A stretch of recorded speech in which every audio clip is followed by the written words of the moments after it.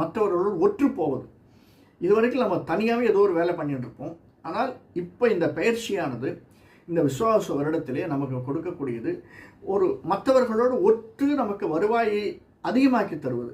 Sir புரியல sir, மற்றவர்களோடு ஒத்து போகிறதுன்னா எப்படின்னு புரியலையே, ஒரு உதாரணம் சொல்லுங்களேன் அப்படின்னா, இப்போ நம்ம ஒருத்தர் யூடியூபர்னு வச்சுக்கோங்களேன்.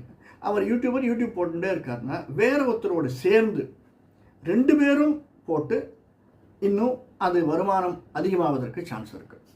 ஒரு பிஸ்னஸ் செய்வதற்கு சான்ஸ் இருக்குது. இன்னும் ஒரு விஷயம், இப்போ ஒரு கார்ப்பரேட்டில் இருக்கும். கார்ப்பரேட்லேருந்து நம்ம வந்து ட்ரான்ஸ்ஃபரில் வெளில போக சொல்கிறாங்க.